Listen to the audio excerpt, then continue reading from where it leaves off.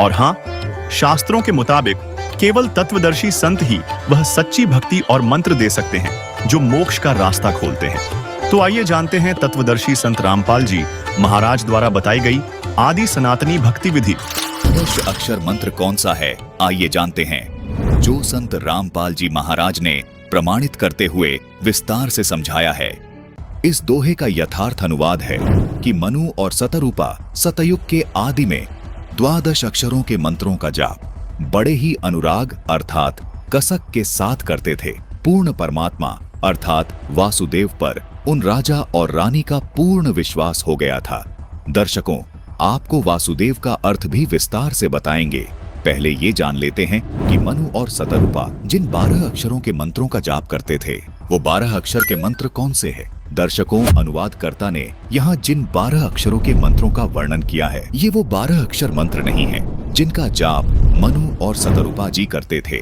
अनुवादकर्ता और वर्तमान धर्म गुरुओं के अनुसार श्री कृष्ण जी वासुदेव हैं, इसलिए उन्होंने मनमाने ढंग से उन 12 अक्षर के मंत्रों को ओम नमो भगवते वासुदेवाय लिख दिया, जबकि श्री कृष्ण जी तो द्वापर युग में हुए हैं तथा मनु और सतरूपा जी सतयुग में हुए हैं।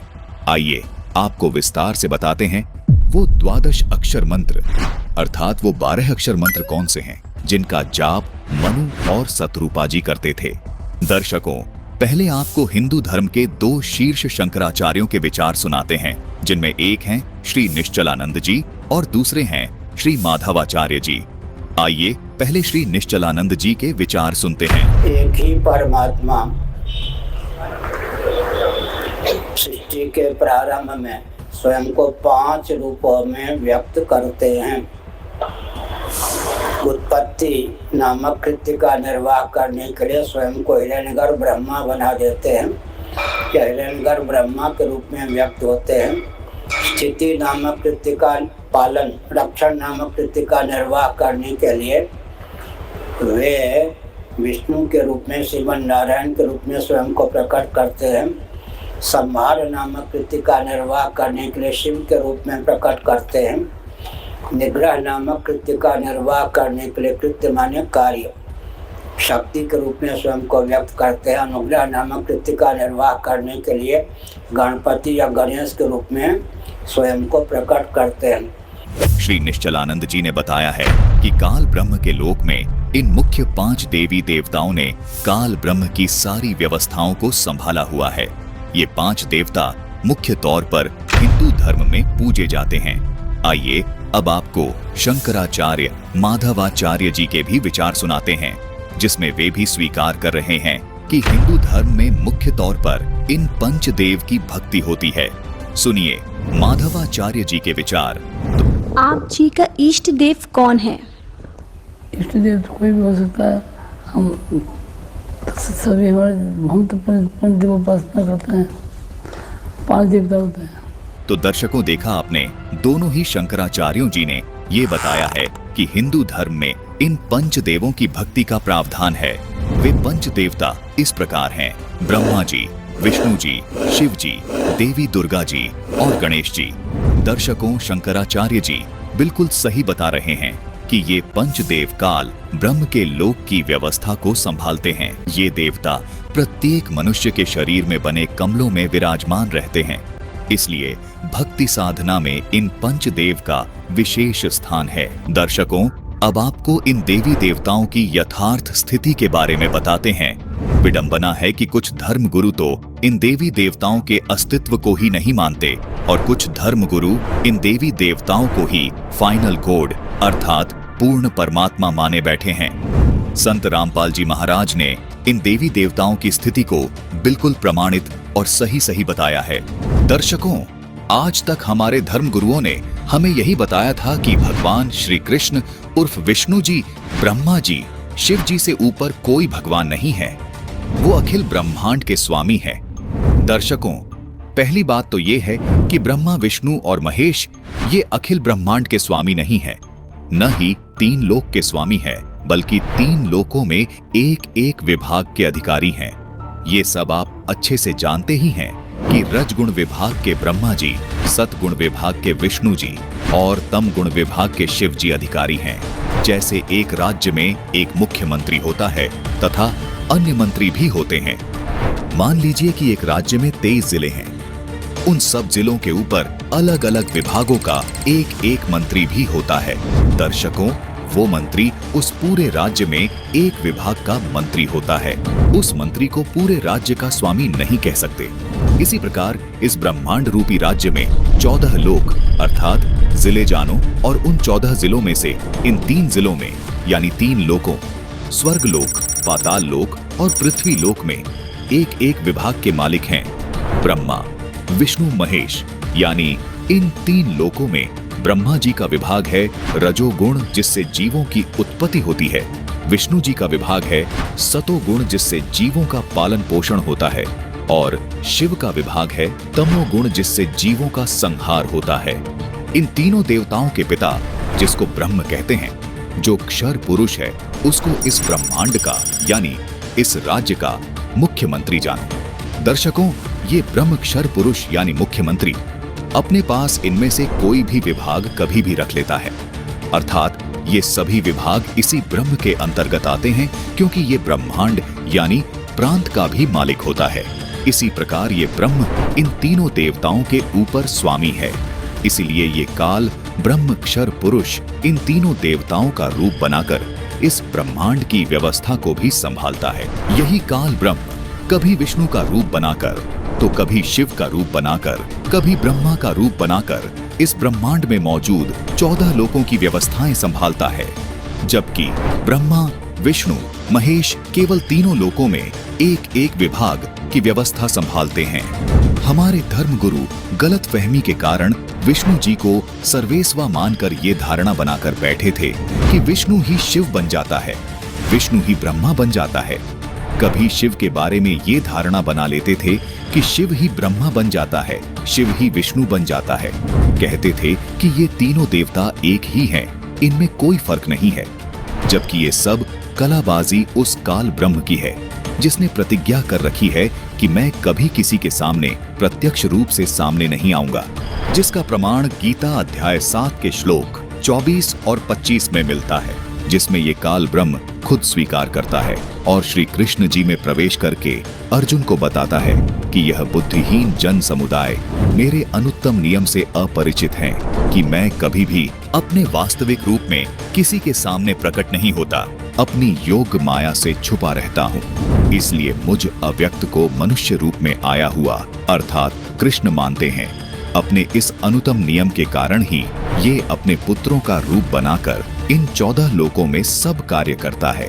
काल ब्रह्म ने अव्यक्त रहने की प्रतिज्ञा कब और क्यों की, ये तत्व ज्ञान केवल संत रामपाल जी महाराज ने ही प्रमाणित करके बताया है। कृपया संत रामपाल जी महाराज द्वारा बताई गई संपूर्ण सृष्टि रचना की इस वीडियो को अवश्य देखिए, जिसका लिंक हमने डिस्क्रिप्शन बॉक्स में दे दिया है। जैसे मुख्यमंत्री किसी विभाग के कार्य की फाइल पर जब हस्ताक्षर करते हैं, यानी किसी विभाग का कार्य खुद करने जाते हैं, तो उस समय मंत्री की हैसियत से हस्ताक्षर करते हैं, जबकि होते वो मुख्यमंत्री ही हैं। लेकिन उस समय वो उस विभाग का कार्य देख रहे होते हैं। इसी प्रकार जब इस ब्रह्म को ब्रह्मा, विष्णु या शिव के स्तर का कार्य खुद करना होता है, तो इनका रूप बनाकर वहां प्रकट हो जाता है। इसके बाद आता है अक्षर पुरुष, जिसको उप प्रधानमंत्री के समान जानो। उसके बाद आते हैं सबसे ऊपर वाले पद पर परम अक्षर ब्रह्म, उनको प्रधानमंत्री जानो। वो सब प्रांतों का स्वामी है और किसी भी राज्य के किसी भी जिले में हस्तक्षेप कर सकता है, अर्थात सब राज्यों का यानी सब लोगों पर ऑल ओवर कंट्रोलर होता है। अगर कोई एक विभाग के मंत्री को प्रधानमंत्री बताए तो ये उसकी नासमझी है। यदि कोई ये कहे कि प्रांत का मंत्री कोई मायने नहीं रखता, तो वो भी महामूर्ख है। इसलिए संत रामपाल जी महाराज इन सभी देवी देवताओं से लेकर परम अक्षर ब्रह्म तक की स्थिति को अच्छे से जानते हुए कभी किसी देवता का अर्थात किसी मंत्री का अनादर नहीं करते और न ही किसी मंत्री को प्रधानमंत्री बताकर अर्थात ब्रह्मा विष्णु महेश को पूर्ण परमात्मा बताकर उस प्रधानमंत्री यानी पूर्ण परमात्मा का अनादर करते हैं। ऐसी गलती सिर्फ वो लोग कर सकते हैं जिनको ये तत्व ज्ञान नहीं है। दर्शकों, आपसे पुनः निवेदन है कि इन सभी देवी देवताओं की और पूर्ण परमात्मा की संपूर्ण जानकारी प्राप्त करने के लिए डिस्क्रिप्शन बॉक्स में दिए गए लिंक पर क्लिक करके संपूर्ण सृष्टि रचना वीडियो को अवश्य देखिए। दर्शकों, आप संत रामपाल जी महाराज के प्रवचनों पर न सही, लेकिन अपने पवित्र शास्त्रों को कदापि अनदेखा नहीं कर सकते। ये सभी गूढ़ रहस्य संत रामपाल जी महाराज ने हमारे पवित्र शास्त्रों से ही बताए हैं। दर्शकों, काल ब्रह्म के लोक से निकलने के लिए तथा हर प्रकार की सुविधा प्राप्त करने के लिए इन्हीं पंच देवी देवताओं की साधना करनी होती है। दर्शकों, इनसे ये सब सुविधाएं प्राप्त करने के लिए इनकी साधना का 12 अक्षर मंत्र का जाप करना पड़ेगा।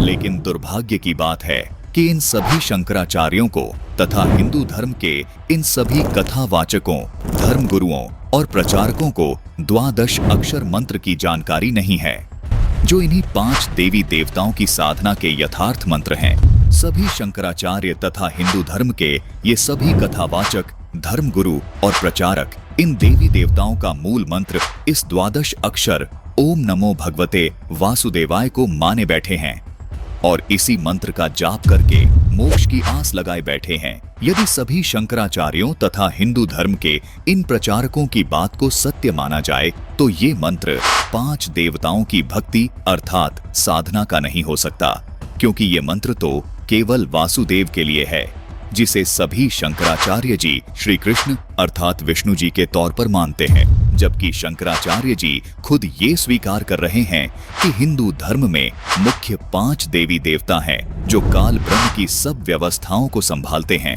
और यही पंच देवता इस लोक में सर्व सुविधाएं प्राप्त करवाते हैं। दर्शकों, इन पंचदेव साधना के यथार्थ 12 अक्षर मंत्र आपके सामने उजागर करने जा रहे हैं, जिनको वर्तमान में केवल और केवल तत्वदर्शी संत रामपाल जी महाराज ने ही दुनिया के सामने उजागर किया है।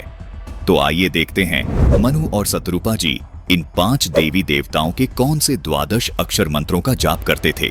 दर्शकों, मनु और शतरूपा जी सतयुग के आदि में पंचदेव के यथार्थ मंत्रों का जाप करते थे, जिन मंत्रों को संत रामपाल जी महाराज भी प्रथम दीक्षा के समय में अपने शिष्यों को देते हैं। इन 5 देवों के मंत्रों के 12 अक्षर मंत्र इस प्रकार हैं, जिनका जाप मनु और शतरूपा जी करते थे। ओम किलिम हरिम श्रीम सोहम। दर्शकों, इस प्रकार इन अक्षरों को जोड़कर देखा जाए तो कुल 12 अक्षर बनते हैं। दर्शकों, ये 12 अक्षर का एक मंत्र कहलाता है और इस एक मंत्र को साधक को प्रतिदिन 108 बार करना होता है। यही वो 12 अक्षर मंत्र है। इनका जाप मनु और शतरूपा जी करते थे। ये आदि सनातनी पूजा के प्रथम चरण के मंत्र हैं। इन्हीं मंत्रों को संत रामपाल जी महाराज अपने शिष्यों को देते हैं। दर्शकों, आप सोच रहे होंगे ये जो ओम शब्द है इसको एक ही अक्षर क्यों गिना गया, जबकि सुनने व बोलने में एक प्रतीत नहीं हो रहा। इस शंका के निवारण के लिए हमें गीता जी अध्याय 8 के श्लोक 13 को देखना होगा, जिसकी संस्कृत में लिखा है कि ओम इति एकाक्षरम, जिसके अनुवाद में लिखा है कि ओम इस एक अक्षर रूप का अर्थात ब्रह्म के नाम का चिंतन करता हुआ। दर्शकों, गीता जी से ये स्पष्ट हो जाता है कि ओम को एक ही अक्षर गिना जाता है। इसी प्रकार यहाँ शिव पुराण में भी प्रमाण है कि वह प्रणव ओम नामक एक अक्षर हो गया। इसी प्रकार रामचरितमानस की इस चौपाई में भी अनुवादकर्ता ने ओम को एक अक्षर गिना है, तभी ये 12 अक्षर होते हैं। दर्शकों, इससे स्पष्ट है कि शास्त्रों के आधार पर ओम शब्द को एक अक्षर ही गिना जाता है। दर्शकों, किसी भी श्रद्धालु को ये शंका नहीं रहनी चाहिए कि ये अक्षर सही हैं या ये वाले अक्षर सही हैं। जैसा कि आप इसी रामचरितमानस की इस चौपाई में देख रहे हैं कि यहाँ अक्षर शब्द लिखा है, यहाँ ये अक्षर शब्द संत भाषा में लिखा गया है, जबकि इस अक्षर शब्द को अगर हम शुद्ध करके लिखेंगे तो ऐसे लिखेंगे। इसमें ना तो च शब्द है और न ही छ शब्द है, लेकिन ये दोनों ही शब्द अक्षर का बोध करवाते हैं। अनुवादकर्ता ने 12 अक्षर शब्द का अर्थ द्वादशाक्षर किया है, यानी अक्षर शब्द को अक्षर लिखा है, जो बिल्कुल ठीक है। इसी प्रकार इन मंत्रों को व्याकरण की दृष्टि से देखने में भिन्नता नजर आ रही है, लेकिन ये इन देवी देवताओं के मूल मंत्र होने का ही बोध करवाते हैं। इसी प्रकार एक और शब्द है, ये देखिए, रामचरितमानस की इस चौपाई में लच्छी शब्द है, जो कि संत भाषा में इस प्रकार लिखा गया है, लेकिन यदि इस शब्द को शुद्ध करके लिखेंगे तो लक्ष्मी शब्द बन जाएगा। इसी प्रकार रामचरितमानस के इस दोहे में ओरु शब्द लिपिबद्ध है, जो कि संत भाषा के दृष्टिकोण से लिखा गया है, लेकिन अनुवादक ने इस शब्द का अनुवाद करते समय ओरु को और लिखा है। दर्शकों, दोनों शब्द समान अर्थ का बोध करवा रहे हैं। इसी प्रकार लच्छी को अनुवादक ने लक्ष्मी लिखा है, अर्थात लच्छी संत भाषा के दृष्टिकोण से लिखा गया है और लक्ष्मी व्याकरण की दृष्टिकोण से लिखा गया है, लेकिन दोनों शब्द श्री लक्ष्मी का बोध करवाते हैं। ठीक इसी तरह जैसे यहाँ ये किलियम शब्द और ये किलिम शब्द दोनों ही श्री गणेश जी के मूल मंत्र का बोध करवा रहे हैं। इसलिए सभी श्रद्धालुओं से निवेदन है कि आप ये देखकर भ्रमित न हो कि एक ही मंत्र अलग अलग तरह से क्यों लिखा अथवा बोला गया है। दर्शकों, ये आदि सनातनी पूजा के प्रथम चरण के 12 अक्षर मंत्र हैं। इन मंत्रों को केवल पूर्ण संत से लेकर ही जाप किया जाता है। तत्वदर्शी संत ही इन मंत्रों को जाप करने की विधि बताता है। आपको शंका हो सकती है कि इन मंत्रों का प्रमाण और किस ग्रंथ में है। दर्शकों, ये तो प्रमाणित हो ही चुका है कि आदि सनातनी पूजा के अंतर्गत आने वाले इन 12 अक्षर मंत्रों को सतयुग के आदि में सत सुकृत रूप में आए कबीर परमात्मा ने मनु और सतरूपा को दिया था, जिसके कुछ वर्ष बाद ये भक्ति लुप्त हो गई। दर्शकों, यही 12 अक्षर मंत्र कलयुग में आज से लगभग 600 वर्ष पहले कबीर परमात्मा ने इन 12 अक्षर मंत्रों का जाप अपने शिष्यों को दिया था, जिसका प्रमाण आपको कबीर शब्दावली के पेज 77 पर देखने को मिलेगा, जिसमें कबीर साहिब जी का एक शब्द है, कर नैनो दीदार महल में प्यारा है। कबीर साहिब जी ने अपने इस शब्द में इन 12 अक्षर मंत्रों को स्पष्ट लिखा है। वाणी है कि कर नैनो दीदार महल में प्यारा है। फिर आगे लिखा है, मूल कमल दल चतुर बखानो, किलिम जाप लाल रंग मानो, देव गणेश तहां रोपा थानो, रिद्धि सिद्धि चवर ढुलारा है, स्वाद चक्र शट दल विस्तारो, ब्रह्मा सावित्री रूप निहारो, उलट नागिनी का सिर मारो, तहां शब्द ओंकारा है, नाभि अष्ट कमल दल साझा, सेत सिंहासन विष्णु विराजा, हरिम जाप तासु मुख गाजा, लक्ष्मी शिव आधारा है, 12 कमल हृदय के माही, जग गौरी शिव ध्यान लगाई, सोहम शब्द तहां धुन छाई, गण करे जय जयकारा है, षोडश दल कमल कंठ के माही, तेहि मध्य बसे अविद्या बाई, हरिहर ब्रह्मा चवर ढुराई, जहां श्रीम नाम उच्चारा है। दर्शकों, कबीर साहिब जी के इस शब्द में वो 12 अक्षर मंत्र स्पष्ट लिखे हैं जो सृष्टि के आदि में मनु और सतरूपा जी करते थे। यहाँ संत भाषा में शब्दों को अलग तरह से लिखा गया है। दर्शकों, संतों ने अपनी स्थानीय भाषा को मध्य नजर रखते हुए संत भाषा में इन 12 अक्षर मंत्रों को इस तरह लिखा है। व्याकरण की दृष्टि से इन 12 अक्षर मंत्रों को इस तरह लिखा जाता है, लेकिन ये सभी शब्द इन्हीं 12 अक्षरों का बोध करवा रहे हैं। आपको एक प्रमाण और दिखाते हैं। 600 वर्ष पहले कबीर परमात्मा ने इन 12 अक्षर मंत्रों को लिपिबद्ध करवाया, जिसके बाद फिर से इन 12 अक्षर मंत्रों का लोप हो गया था। कबीर परमात्मा ने आज से लगभग 300 साल पहले फिर प्रकट होकर गरीबदास जी महाराज को छुड़ानी में आकर इन 12 अक्षर मंत्रों को प्रदान किया। प्रमाण के लिए देखिए, गरीबदास जी महाराज द्वारा रचित अमर ग्रंथ, जिसके ब्रह्म कला अंग में और मुक्ति मुद्रा अंग में ये 12 अक्षर मंत्र स्पष्ट लिखे हैं। देखिए, ये है ब्रह्म कला अंग, जिसमें ये 12 अक्षर मंत्र स्पष्ट लिखे हैं, और ये देखिए, ये है मुक्ति मुद्रा अंग, जिसमें ये 12 अक्षर मंत्र स्पष्ट लिखे हैं। इन्हीं 12 अक्षर मंत्रों का जाप परमात्मा कबीर जी ने नानक जी को दिया था, जिसको नानक जी स्वयं जाप करते थे। कबीर परमात्मा ने बाबा नानक जी को दूसरे चरण की साधना का यथार्थ मंत्र सतनाम भी प्रदान किया था, जिसको बाबा नानक जी ने कभी किसी को आगे जपने के लिए नहीं दिया। प्रथम चरण में मिलने वाले इन 12 अक्षरों वाले मंत्रों को बाबा नानक जी ने आगे गुरु परंपरा में केवल गद्दी पर बैठने वाले उत्तराधिकारी को इन द्वादश अक्षरों वाले मंत्रों का भेद बताया, जिसका प्रमाण हमें सिख धर्म की प्रमाणित पुस्तक 35 अखरी में देखने को मिलता है, जिसमें यही द्वादश अक्षर मंत्र शुद्धता के साथ लिखे हैं। देखिए यहाँ पर ओम, हरिम, श्रीम, किलिम और सोहम स्पष्ट लिखे हैं। वर्तमान में इन द्वादश अक्षरों वाले मंत्रों का जाप और इनके करने की सही विधि केवल संत रामपाल जी महाराज के पास है। संत रामपाल जी महाराज ही इन मंत्रों को प्रदान करने के एकमात्र अधिकारी संत हैं। यदि कोई श्रद्धालु इन मंत्रों का जाप स्वतः ही करने लग जाए तो उससे कोई लाभ नहीं मिल सकता। दर्शकों, जिस प्रकार कोई व्यक्ति यदि किसी असली पासपोर्ट की फोटो देखकर खुद से पासपोर्ट बनाने लग जाए या किसी अनधिकारी से हस्ताक्षर करवा के पासपोर्ट प्राप्त करने की कोशिश करे, तो ये उसका व्यर्थ प्रयत्न होगा, जो कि उसके लिए बहुत हानिकारक होगा। इसी प्रकार परमात्मा प्राप्ति के इन मंत्रों का जाप केवल अधिकारी संत से ही प्राप्त कर सकते हैं, जो कि वर्तमान समय में इन मंत्रों को देने के अधिकारी केवल संत रामपाल जी महाराज ही हैं। इन्हीं द्वादश अक्षर वाले मंत्रों का जाप संत रामपाल जी महाराज प्रथम चरण की दीक्षा में अपने शिष्यों को सन 1994 से दे रहे हैं। दर्शकों, ये द्वादश अक्षर मंत्र पंचदेव साधना के यथार्थ मंत्र हैं, जबकि ये तमाम धर्म गुरु ओम नमो भगवते वासुदेवाय को द्वादश अक्षर मंत्र बताकर आपको भ्रमित कर रहे हैं और खुद भी भ्रमित हैं। ओम नमो भगवते वासुदेवाय मंत्र श्री कृष्ण जी का यथार्थ मंत्र मानकर जप रहे हैं, जबकि खुद शंकराचार्य जी भी मानते हैं कि हिंदू धर्म में पंचदेव साधना बताई गई है। कोई धर्म गुरु केवल श्री कृष्ण जी का प्रणाम वाक्य ही बोल रहा है, कोई शिव जी का प्रणाम वाक्य ही बोल रहा है, जबकि दूसरी ओर संत रामपाल जी महाराज श्री कृष्ण जी उर्फ श्री विष्णु जी के सहित ये पंचदेव साधना की यथार्थ भक्ति बता रहे हैं।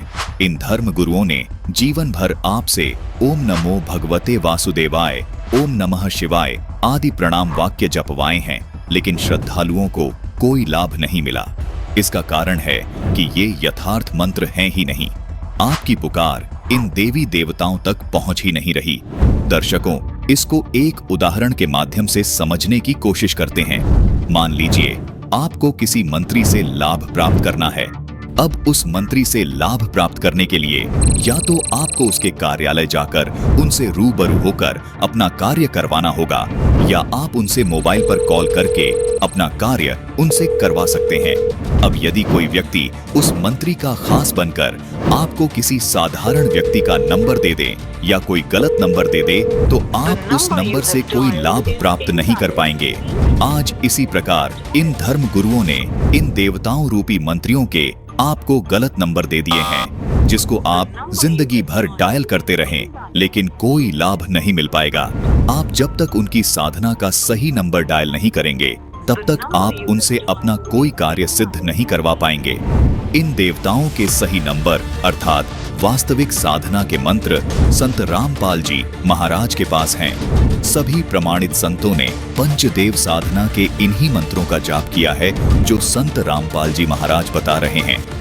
पंचदेव साधना के ये द्वादश अक्षर मंत्र विश्व कल्याण के लिए कितने महत्वपूर्ण हैं, आइए जानते हैं। भविष्यमालिका पुराण में लिखा है कि 2032 तक पूरे विश्व में सत्य सनातन धर्म प्रतिष्ठित हो जाएगा। ऐसा ही संकेत कबीर परमात्मा ने कबीर सागर में किया है कि सारा संसार सत्य भक्ति अपनाएगा और आदि सनातन धर्म पूरे विश्व में प्रतिष्ठित हो जाएगा। दर्शकों, आदि सनातनी पूजा के प्रथम चरण की ये पूजा ही विश्व में सनातन धर्म प्रतिष्ठित करने में अहम भूमिका निभाएगी। दर्शकों, आज विश्व के सभी प्राणी बेशक अलग अलग धर्मों में बटे हुए हैं। विश्व के सभी मानवों यानी स्त्री व पुरुषों के शरीर की संरचना एक जैसी है तथा इनमें बने कमल भी एक जैसे हैं। प्रत्येक साधक को परमात्मा प्राप्ति के लिए और मोक्ष प्राप्त करने के लिए इन्हीं कमलों से होकर गुजरना होता है। इन द्वादश अक्षर वाले मंत्र का जाप करने से ये कमल अपने आप खुल जाते हैं। हठ योग करने की कोई आवश्यकता नहीं है। जिस प्रकार ऋषिजन पहले हठ योग करके इन कमलों को खोलने का प्रयत्न करते रहे, जबकि कमलों को खोलने की आसान अवश्रेष्ठ विधि ये है जो संत रामपाल जी महाराज ने बताई है। यही विधि कबीर परमात्मा जी ने अपने शिष्य धर्मदास जी को बताई, अपने शिष्य गरीबदास जी को बताई। यही विधि बाबा नानक जी को तथा उन तमाम महापुरुषों को बताई जिनको कबीर परमात्मा स्वयं आकर मिले। इसी विधि से इन महापुरुषों का मोक्ष हुआ। इन सभी महापुरुषों ने अपने ग्रंथों में इस द्वादश अक्षर मंत्र को लिपिबद्ध कर दिया था, जिसका प्रमाण आपको संत रामपाल जी महाराज ने प्रमाणित करके दिखा दिया है। दर्शकों, विचारणीय विषय ये भी है कि यदि आज के वर्तमान धर्म गुरुओं के अनुसार यदि भक्ति साधना की जाए तो विश्व कल्याण नामुमकिन है, क्योंकि जो साधना मुस्लिम धर्म में बताई जा रही है वो हिंदू धर्म में तथा अन्य धर्मों में नहीं बताई जा रही। इसका मतलब हिंदू समाज का तथा अन्य धर्मों के लोगों का मोक्ष होना असंभव है। इसी प्रकार जो साधना हिंदू धर्म के धर्मगुरु बता रहे हैं वो साधना मुस्लिम धर्म व अन्य धर्मों में नहीं बताई जा रही। इसका मतलब मुस्लिम समाज के लोगों का तथा अन्य धर्मों के लोगों का मोक्ष होना असंभव है।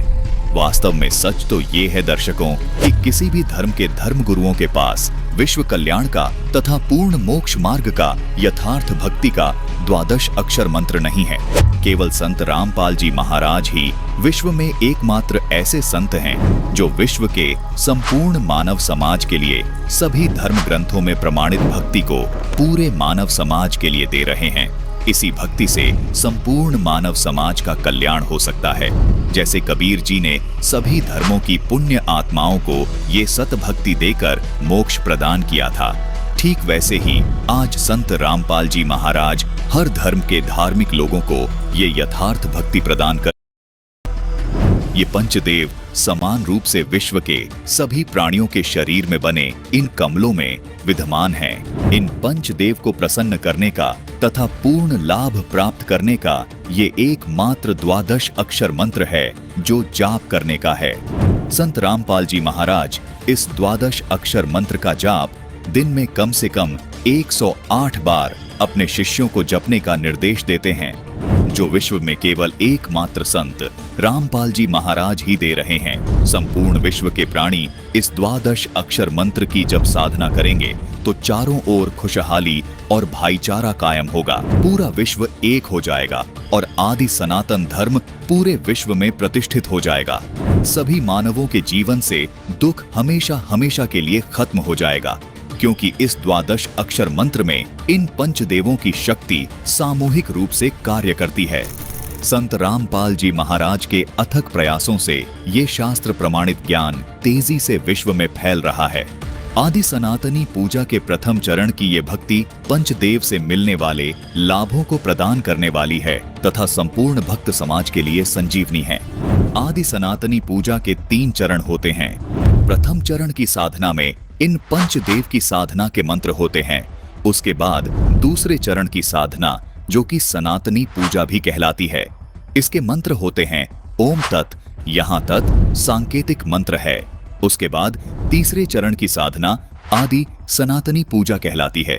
इसके मंत्र होते हैं ओम तत्सत, यहाँ तत् और सत सांकेतिक हैं। भक्ति साधना के इन 3 चरणों को आप इस प्रकार समझें, जैसे प्रथम चरण की साधना जो कि पंचदेव पूजा है, उसको आप प्राथमिक शिक्षा जाने, अर्थात 5वीं कक्षा तक की पढ़ाई जाने, जिसके पढ़ने से आपको आपके जीवन में केवल आंशिक लाभ प्राप्त होते हैं। लेकिन प्रथम चरण की ये साधना भक्ति मार्ग में बेहद महत्वपूर्ण है। जिस प्रकार 5वीं कक्षा तक की पढ़ाई पूरी किए बिना 10वीं 12वीं तक की पढ़ाई नहीं की जा सकती, इसी प्रकार प्रथम चरण की ये पंचदेव साधना किए बिना दूसरे व तीसरे चरण की साधना नहीं की जा सकती। दूसरे चरण की साधना जो कि सनातनी पूजा है, ये गीता अध्याय 15 के श्लोक 16 में बताए क्षर और अक्षर पुरुष की पूजा है। इसको आप उच्च शिक्षा, अर्थात इसको आप 10वीं तक की कक्षा की पढ़ाई जाने, जो आपको प्राथमिक शिक्षा से कुछ ज्यादा लाभ देती है। तीसरे चरण की साधना जो कि आदि सनातनी पूजा है, गीता जी अध्याय 17 के श्लोक 23 में भी इसका वर्णन है। ये गीता अध्याय 8 के श्लोक 3 में बताए परम अक्षर ब्रह्म की पूजा है। इसको आप सर्वोच्च शिक्षा जाने, जो कि आपको सब सुख और लाभ प्राप्त करवाती है। दर्शकों, केवल संत रामपाल जी महाराज ही आध्यात्मिक मार्ग की भक्ति साधना इस प्रकार 3 चरण में पूरी करते हैं। दर्शकों, आपको यहाँ ये भी शंका हो सकती है कि इस द्वादश अक्षर मंत्र को एक नाम अर्थात एक मंत्र क्यों कहा जाता है, जबकि ये तो अलग अलग देवी देवताओं के 5 नाम हैं। दर्शकों, गीता जी अध्याय 17 के श्लोक 23 में ये जो ओम तत् सत मंत्र लिखे हैं, ये भी दिखने में 3 मंत्र हैं, लेकिन इन तीनों नामों को गीता जी में लिखा है कि ओम तत्सत। इस प्रकार का ये सच्चिदानंद घन ब्रह्म का ये नाम कहाँ है? मतलब आदि सनातनी पूजा के तीसरे चरण की साधना का ये एक नाम है। ये 3 नाम मिलकर एक नाम कहलाता है, जिसको संत रामपाल जी महाराज के शिष्य तीसरा नाम अर्थात सार नाम कहते हैं। इसी प्रकार प्रथम चरण की साधना में मिलने वाला द्वादश अक्षर मंत्र ओम, किलिम, हरिम, श्रीम और सोहम मिलकर एक नाम अर्थात प्रथम नाम कहलाता है। संत रामपाल जी महाराज वे उनके शिष्य हमेशा इन द्वादश अक्षर को प्रथम नाम ही पुकारते हैं। इसी प्रकार दूसरे चरण की साधना का ये ओम तथा तत् मंत्र एक ही नाम अर्थात दूसरा नाम अर्थात सतनाम कहलाता है। संत रामपाल जी महाराज के अनुयायी इन दोनों मंत्रों को प्राप्त करने के बाद कहते हैं कि हमें दूसरा नाम अर्थात सतनाम मिल गया है, अर्थात यहाँ 2 नाम मंत्र होने के बाद भी ये केवल एक नाम ही कहलाता है, जिसको सतनाम कहते हैं। इसी प्रकार तीसरे चरण की साधना का ये ओम तत् सत मंत्र मिलकर भी एक ही नाम कहलाता है, जिसे संत रामपाल जी महाराज के अनुयायी सार नाम कहते हैं, अर्थात तीसरा नाम कहते हैं। इसलिए यहाँ दर्शकों को कोई शंका नहीं होनी चाहिए कि इन द्वादश अक्षर मंत्र को एक नाम क्यों कहा है। दर्शकों, ये द्वादश अक्षर मंत्र मिलकर एक ही नाम कहलाता है। संत रामपाल जी महाराज इस प्रकार अपने शिष्यों को सनातनी पूजा के तीनों चरण की साधना का प्रथम नाम, दूसरा नाम और तीसरा नाम देते हैं। संत रामपाल जी महाराज पंचदेव पूजा और सनातनी पूजा के ये मंत्र सन 1994 से और आदि सनातनी पूजा के ये मंत्र 1997 से अपने सभी शिष्यों को दे रहे हैं।